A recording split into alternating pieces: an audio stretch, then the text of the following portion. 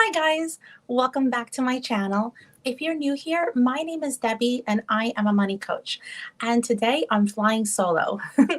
I like to bring you guests in the budgeting, frugal, and money saving community, but today I wanted to do something different. And what inspired this is I shared a video that was really heavy in my heart and I didn't even think about it. Normally, I think a lot about my content. I want to bring you the best tips and advice and anything I can do to help you to get out of debt. And that's why I love being a money coach. But when I shared this personal video on my channel on Saturday, it was about how I was able to decide when I was a grown up to get rid of someone that had been with me through my childhood and early years in high school in that was in my family. I decided to cut the strings and let this toxic person go because I realized that this person wasn't doing anything positive in my life. In fact, this person was not only taking advantage of me financially, but also taking a toll on me emotionally. And I shared everything in that video. So I'll link it down below afterwards if you guys want to check it out. But the comments that I got from you guys, and I'm trying not to get emotional. I can't believe I'm going to start already. I'm like, okay, hold it in. The comments that I got from you guys and the feedback that I got on direct messaging on Instagram and the lovely words, they really resonated with me. And I realized I'm like, I don't bring you like my personal story as much. It's integrated in my lives when I have these amazing guests and we talk about different financial topics so that we can help you guys be more informed financially in many different aspects. But I realized that when I got the comments back from you guys, I haven't really shared on my channel how I got into my $48,000 of debt. And I've had the honor of being interviewed not once, but twice by a wonderful woman, Jan from New York City Saves Money. And we've grown to be such good friends as well. I'm so blessed to have her in my life. And the first time she interviewed me was about my money coaching business. And it was such a great time. It's always fun being on Jan's channel. And the second time that she had me on, it was about discussing my success stories with paying off debt, getting out of a toxic relationship, and now with my money coaching. So when I was on her channel and the feedback that she got from it, and then the feedback I got from my video this past Saturday, got me really thinking like, I need to do this. Like, I feel like we can all learn from each other. And that's one of the wonderful things about our community. I know I learn so much from so many of my favorite YouTube channels. And I can go on and name them all, but I really feel like we take something away from each other. And there are no experts that know everything and have never made a mistake. So I thought if I shared my story about how I got into $48,000 of debt, not only will that help someone else that's in the same situation, hopefully make a different decision than I did, but also I feel like when we share our mistakes, it just makes us more human. And so I want to share mine because, again, as I say many times on my channel, this is not a Pinterest life. We all have struggles. We all struggle every day. Yesterday was a very difficult day in my mom life, and uh, we all have days like that. So I just want to share more, and I hope that this can help somebody. And before I get started, I just want to say hi to everyone watching here. Let me see. Oh, hi, Helter Skelter. How are you? Oh, you're early. Thanks so much for being here. Oh, there she is. Hi, Jan. I was just raving about you. So glad you're here. Okay, so I guess I'm going to get started. I'm going to try to keep it in. I was in a I want to be kind and I don't ever want to like talk bad about someone. So I'm going to watch what I say here. I was in an unhealthy and toxic relationship with my first marriage. And when I decided to, well, before I decided to get out of the relationship, I had already made a big money mistake. And again, I want to just share my money mistakes with you guys. So in that relationship, we were supposedly splitting our expenses 50-50. Now, I am my 9 to 5 is a family law paralegal. So that's why some of the things I'll say, you'll be like, how does she know that? In my 9 to 5, I see a lot of couples that go through divorce And one of them concentrates on the children and raising the children and doing things around the house, being the CEO of your house, right? Your, grocery shopping, meal planning, and everything else. And of course, taking care of the kids, taking care of the household. And the other one typically deals with the income and the writing out of the bills. So I feel like my first mistake with money in that relationship was during it, because we supposedly were splitting our expenses 50-50. Right there, you're like, wait a minute, there was no budget. There was no budget. There was no looking at money coming in and money going out. It was simply he'd come to the house and say he spent so much on whatever purchase it was for the house. And he'd say, your half is this. So I would transfer money from my account to his account to cover that expense. And when you're with someone for a long time, or they're your spouse, you tend to obviously trust them. So I never went to check things to see if he really did spend this much on this. He was my spouse. I took him at his word, and I just moved the money along. At no point did I look at receipts. At no point did I ever checking a statement, which again, that's my first thing when I look back. I'm like, I wasn't looking at anything. I was just believing him, and that's fine.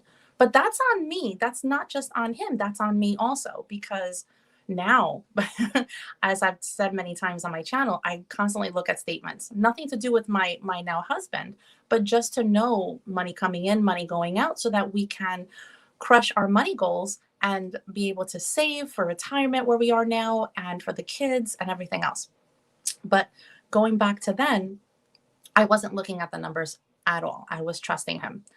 And so that's one of the things that a money lesson I learned is, even if you're in a wonderful and loving relationship, you should always check your statements, because there are so many things you can catch and money you can save when you see that, anything got spent that shouldn't have gotten spent. But when I decided that I had had enough of that relationship, and I realized by the time, but it's funny, when I talk to other people that are in the same situation that I was in, by the time you realize that you're in a bad situation, you've been in that bad situation for too long. You you really do. It's kind of like a Mack truck that hits you all of a sudden, and you realize, you wake up and you're like, I'm not happy. This is not healthy. I need to leave.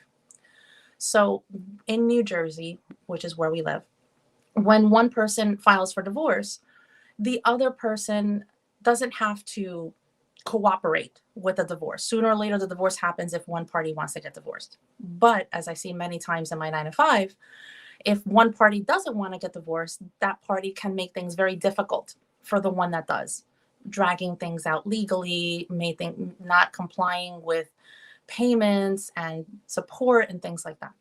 And unfortunately, that was my situation.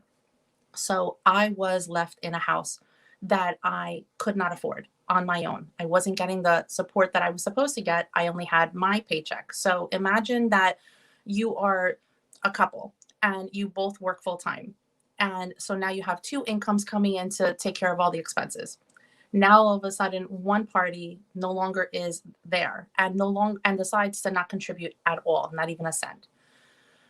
So that turns into a battle. That turns into a legal battle. I just wanted out. I wanted to move on. Our kids were very small. They were 4 and 5 when I filed for divorce. And that was one of the reasons why I did, because I didn't want them to be exposed to the toxicity of the relationship, and to think that that was normal, and to think that I didn't want my little then 5-year-old daughter to think that that's a way that a person should be treated in a relationship. You see, I'm watching what I'm saying, right? And I didn't want my son to think that that's proper behavior to also be in a relationship and conduct themselves in that way. So for me, that was my motivation. I was like, I'm not happy.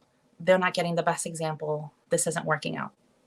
So my divorce lasted a whole year. But before that, I made another money mistake. When things were already starting to fall apart, he wanted to buy a new truck. He thought he deserved to buy a new truck. And I was like, if you want to buy a new truck, you buy that truck, right? I had good credit at that point. He did not. So when I went, he's asked me to go pick him up at the dealership. When I went to go pick him up at the dealership, I walk in thinking I'm just his ride home. and all the papers are laid out and they're ready for me to sign. And so I was like, why am I signing this? And of course, next thing you know, I've got the pen in hand. Everything in my heart was screaming at me, don't sign those papers. But of course, when you're with someone and they tell you all the right things, I'm going to make all the payments, I promise. I'm going to be one payment ahead, I promise. Like, I'm not going to ever stick you with this car and everything's going to be okay. I stupidly, I'm sorry, there's no other way of saying it. I stupidly ignored that inner voice that was screaming at me, do not sign those papers. And I did. So first few months, everything was fine. All the payments got made on time and everything was fine. The truck was huge. I couldn't even drive it if I tried. So, and I never did. When things started falling apart and things got very contentious, because again, I wanted to be amicable. I wanted to get out of this relationship. He did not. So things were very difficult. I got stuck with that truck. That truck was in my driveway. I couldn't afford the payments because at this point, again, one income in, this house I didn't even like. Again, I had no voice in this relationship. I was stuck in a house I didn't even like.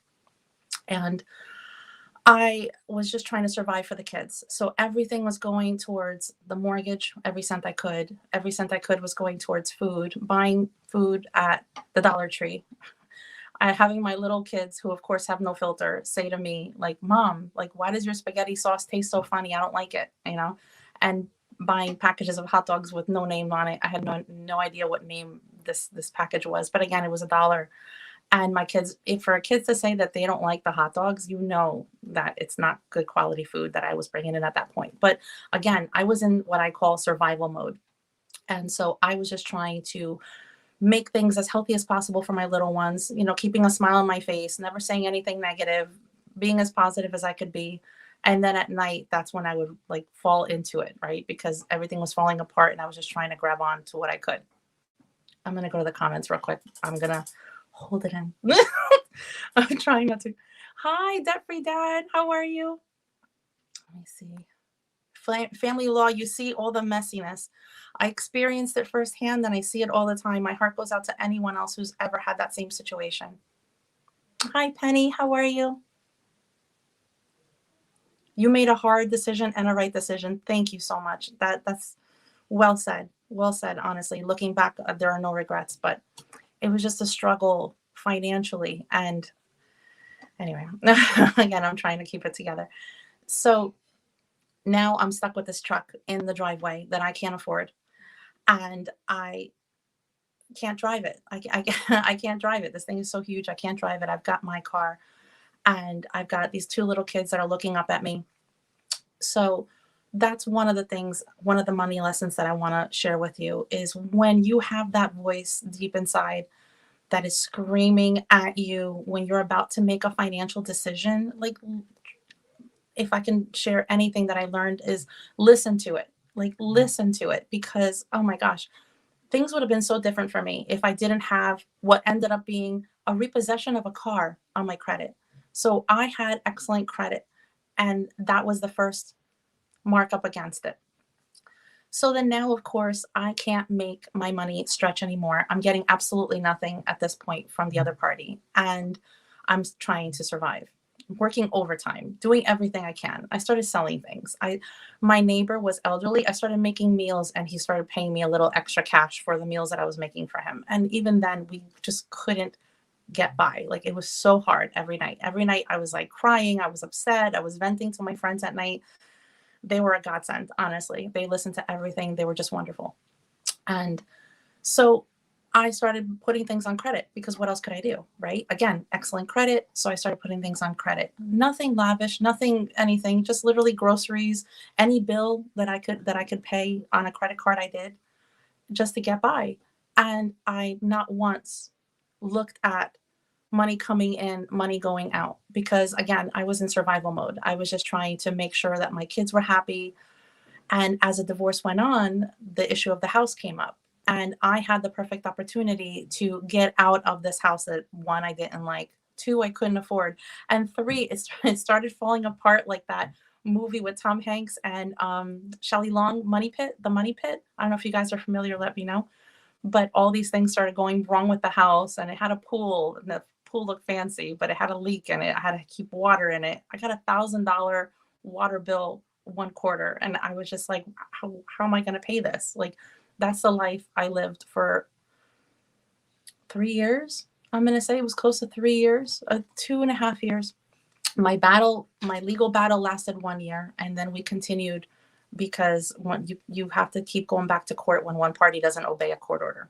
But anyway, so finally I lost the house. And that the reason why I tried to keep the house is because I wanted to give my kids the most normal.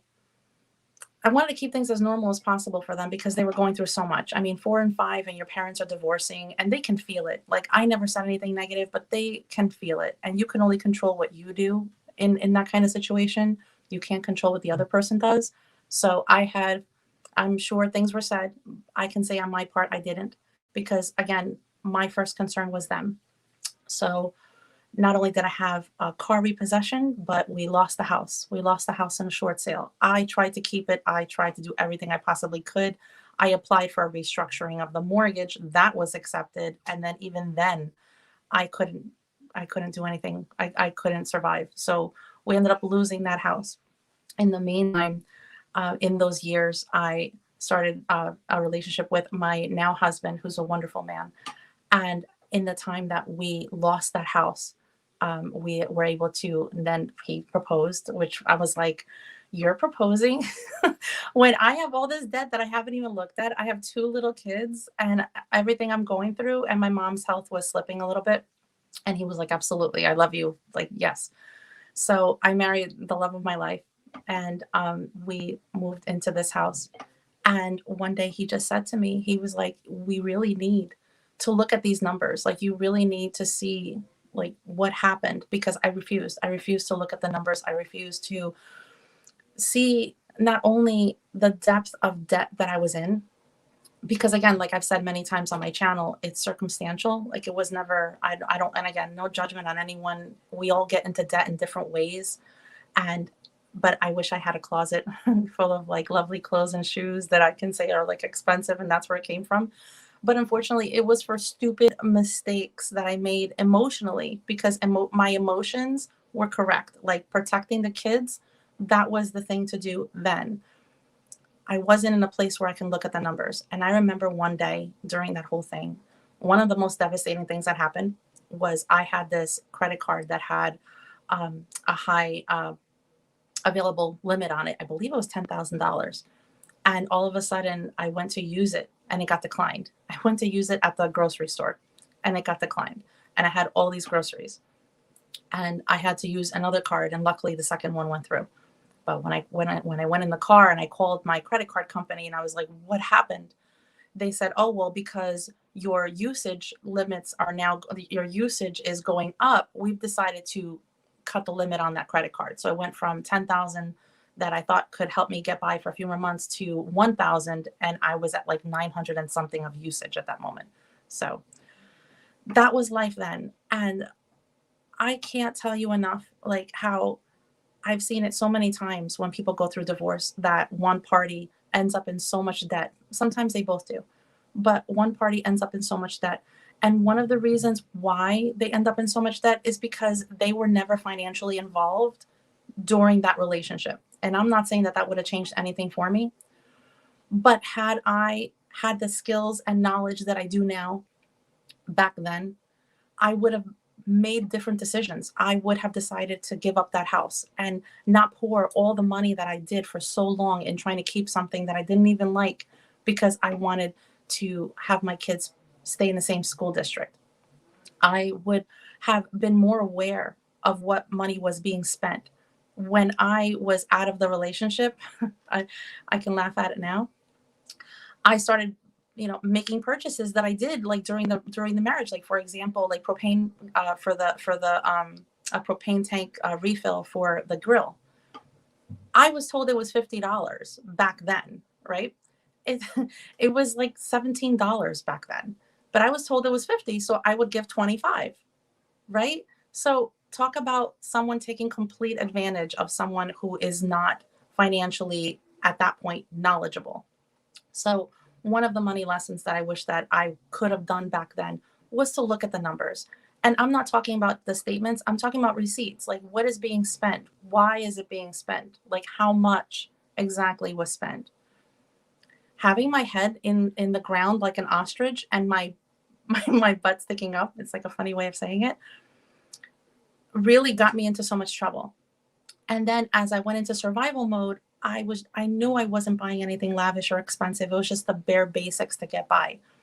But when my now husband and I sat down and looked at the numbers, and then we had to get a car loan on top of it. So with all the debt that I brought into the relationship and the car loan, we ended up with $48,000 of debt. One of the reasons why I didn't look at the debt is because I felt ashamed of knowing that I could have done differently back then and not had burdened my now wonderful husband with marrying someone that has this debt. Because again, I had good credit. I thought I was smart with my money. I wasn't. I thought I was knowledgeable about money. I wasn't then. I really wasn't. So the day that my husband and I decided to look at the numbers, and I realized that between the debt that I brought in and that car loan, we were $48,000 in debt. I was crushed. Like I was crushed because I just thought to myself, this is what I brought in. I felt guilty. Like I felt shame. When I started trying to find resources to give me tools to help me learn more about money and be financially educated so that I can start making decisions that smart decisions with money. I came across people online, and again, I don't want to mention names because I want this to be a positive platform, but I came across people online that were shaming you. Like, I don't know how else to say it. We're shaming you, laughing at people because of their debt. And meanwhile, their whole income stream is from helping people, get out of debt. So you're helping people get out of debt and you're giving great financial advice, but you're wrapping it around, with this wrapping paper of guilt and shame. Like, I couldn't be a part of it. I couldn't be a part of it. I took the knowledge that I needed, but I couldn't be a part of it. I couldn't take in anymore because I felt shame enough of where I am and where I was. And so that day that I saw the numbers, my husband said, now let's look at the expenses and the income we have coming into the house. And so I'm telling you, I joke around like he had to chase me with that piece of paper, with that spreadsheet, because again, I felt shame. When I looked at those numbers for the first time, I realized, I'm like, I can do something with this. Like, I can do something with this. And that's when it was the first time in my life that I became empowered with money. And that was the beginning of everything changing. And I've shared on my channel many times how we were able to pay off $48,000 of debt in 2 years and then build an 8-month emergency fund in the following 2 years. And now, as of January this year, we're so excited with every paycheck that we have coming in because we're paying for the kids' 529 plans. Now I have 3 kids because we had a little one together. And my 2 little kids that were 4 and 5 when everything started happening are now 15 and 16. So looking back, there are so many mistakes that I made again. And I hope that by me sharing this story with you, I can help someone realize, one, like, if you're not feeling right in a relationship, start looking into why. If you have any voice inside you that's screaming at you about anything, not just financially, try to listen to it. Like, there's a reason why we feel certain ways about certain things. And I muffled that deep down for so long. If you're in a healthy relationship, start asking questions. It is so important for you to know just even the basics, like, where do you bank? Like, what retirement accounts do you have? Like, what are the passwords to life insurance policies? Where are the policies? Basic information is so important if you're in a relationship, because God forbid, not only divorce, but God forbid something happens one day and you need that information. If someone goes to the hospital, if someone passes away, Having that information is so important. And again, had I done that back then, I would have realized all the bad financial decisions I made based on emotions and based on me trying to protect the kids as much as I could. And we could have probably not had a total of $48,000 of debt when I finally looked down. It could have been probably cut in half if I could have.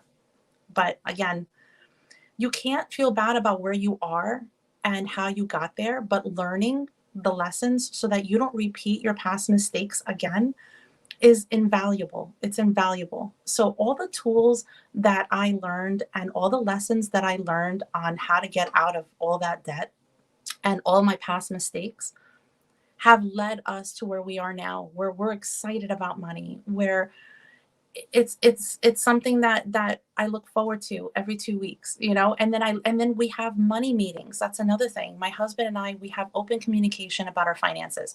We have a plan. So I know exactly what goes into what account. He knows without even looking at it what is going into what account. And then once a month we meet so that we can go over our finances, look to see what the next financial goal is so that we can crush it.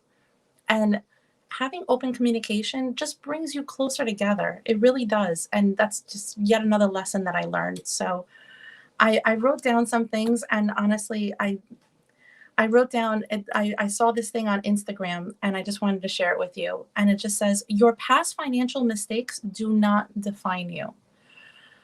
That to me, I was like, that's what kind of made me think, you know what, I need to share my story. I really do, because if there's anyone that hears it and is in that situation that can learn anything from my past mistakes, then I feel like this video and this live was worth it. It really was. And that's why now not only am I helping people who are getting divorced in my 9 to 5 as a family law paralegal, but why I started money coaching. And I am so passionate about helping other people in where they are now figure out like what got them there, and then be able to make a plan so that they can now move forward from whether you're in debt or you've never made a budget before. It's so important to recognize where you are now, recognize what got you there, and to see then how you're going to change things so that you can once again take control of finances so that you can change your life. I did it without crying. I can't believe it. I held it back at least 3 times. Let me just look real quick. Oh my gosh, what great comments you guys have. Divorce is the #1 indicator of poverty in America. Debt-free dad, you are so right. Right now, the statistic is 50% of marriages, unfortunately, end in divorce. It's just, and I've seen money be used as a tool so many times. It's so sad. Sometimes the Lord has us to release some things so he can bless us with better.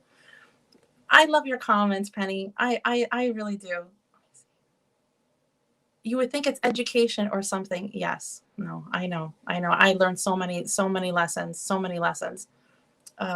That's financial abuse. Yes. Like I was really trying. Yes. Definitely, Dad, you pushed me over the edge. There are many ways that one person can take advantage of another. And unfortunately, during that divorce, I experienced a lot and I learned so much. And that is definitely a true statement. Thanks, Debbie. I just stopped by. I'll catch the replay. Oh, thanks, Penny. That's amazing to pay off that much debt. Thank you, Helter Skelter. It was hard. It's not easy. If anyone tells you that it's easy to pay off debt and I've got the formula and I can help you pay this off in like run. It's so important to know that it takes time. It takes time to get out of whatever mess you've made. Like I say, my debt was circumstantial. Whatever got you there, it takes time to get out of. But having the right tools and information to help you speed up the process and make great financial decisions, like that's information that you can't put a price tag on it. You really can't. So anyway, I hope I've helped someone, and thank you guys so much for the wonderful comments. I got through it. I'm like, yay, I didn't cry. I've already cried twice on my channel. If you guys want to work with me, if you need any help at all with your finances, please, I'm going to leave a link to my calendar down below as well as my email. Please reach out to me. I'd love to see how I can help you and see if we can work together to help you get as excited about your paychecks as we are now. So, guys, again, thank you much for watching live. And if you're watching on the replay, thank you so much. If you have any comments or questions, please leave them down below. And I really appreciate you watching. And I hope you have a great night. Bye, guys. Bye.